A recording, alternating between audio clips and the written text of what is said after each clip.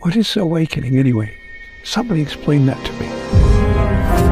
No doubt in my mind that my initial connection with my understanding of God was an awakening for me in my life, the biggest awakening that I've ever experienced. It was very much as if I had been asleep really for 50 years, walking around like a robot, just doing the things that I was taught to do from the time I was a young man. You know, I had the whole formula down. Get the girl, get the car, get the job, get the house, get the spouse. A formula that I really thought was how life was supposed to work, until I got to be around 53 years old and I realized that while I had done most of those things and had become professionally successful to a degree, then I realized that none of it mattered. I woke up somewhere around the age of 53 realizing none of this matters. None of this means anything. Was shocked to find how little it really meant, how pointless it all was.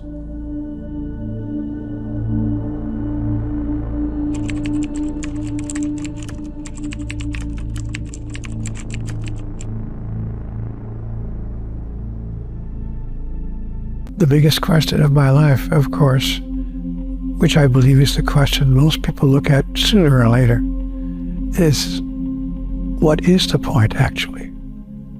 What is the point of life? And much to my surprise, I was told that the point of life had nothing to do with anything that I was doing. It wasn't about my job. It wasn't about my career. It wasn't about hardly anything in my physical life. Those were aspects of my life, but they were not the point of my life. The point of my life, as I have come to understand it, was for me to experience, express, demonstrate, and fulfill my true identity, who I really am. I think that the biggest question that most people face is a question that hardly anyone ever asks themselves or ever answers. The biggest question of life, my understanding, is, who am I? Who am I? Am I simply a physical entity, like a bird in the sky or a fish in the sea? You know, perhaps more sophisticated, but just a physical entity. I'm born, I live, I die. That's the beginning and the end of it. Or is it possible, just possible, that I'm more than that? Is it possible that I'm a spiritual entity, simply having a physical experience?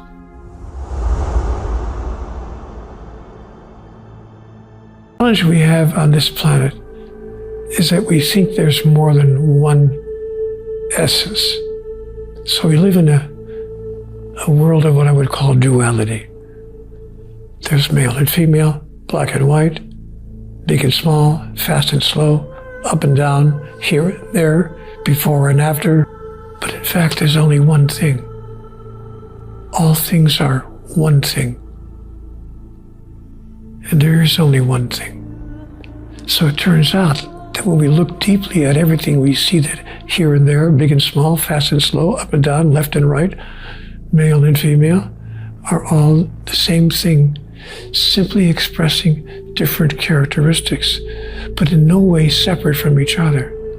I believe that all of us are individuations of God. I believe that God exists in, as, and through every human being, and for that matter, every sentient being in the cosmos. So I see then that I am in relationship to God as a wave is to the ocean. The wave is no different from the ocean. It's simply an arising of the ocean in individual form. And when that individuation is complete, the wave recedes back into the ocean whence it came, to arise again on another day. And so I believe that we are all individuations of divinity. And when we see everything as divine, we change our relationship with everything, and everything becomes different in our experience. That's how the world changes.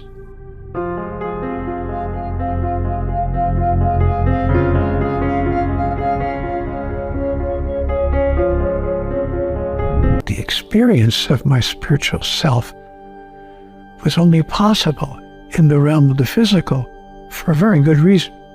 Because only in the realm of the physical was the opposite available.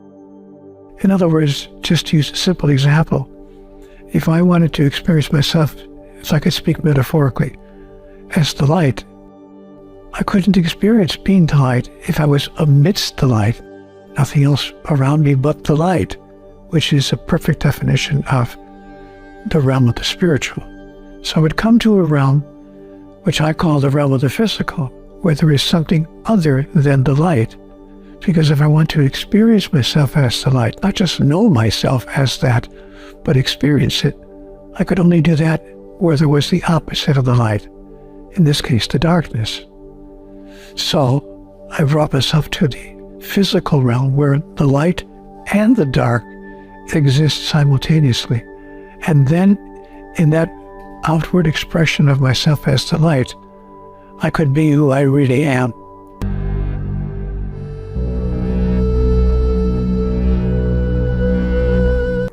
It's not something that a person initiates. It's something that a person recognizes. To recognize, that is to know again what we've known from the beginning, but have simply forgotten or denied or failed to believe. So we cannot initiate closeness to God.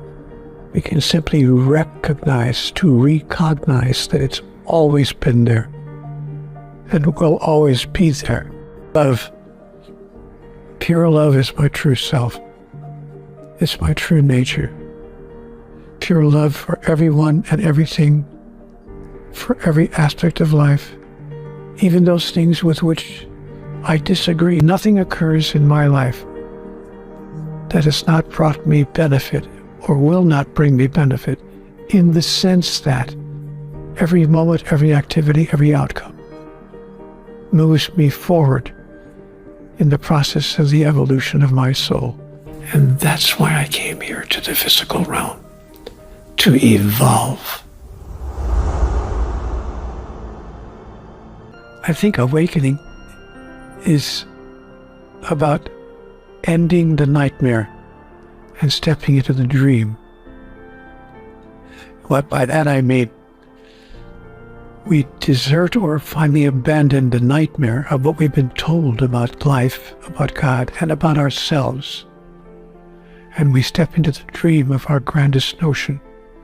I often ask, what do you think your life would be like if you found yourself stepping into the highest, grandest, most wonderful thought you ever had about God and about life and about yourself?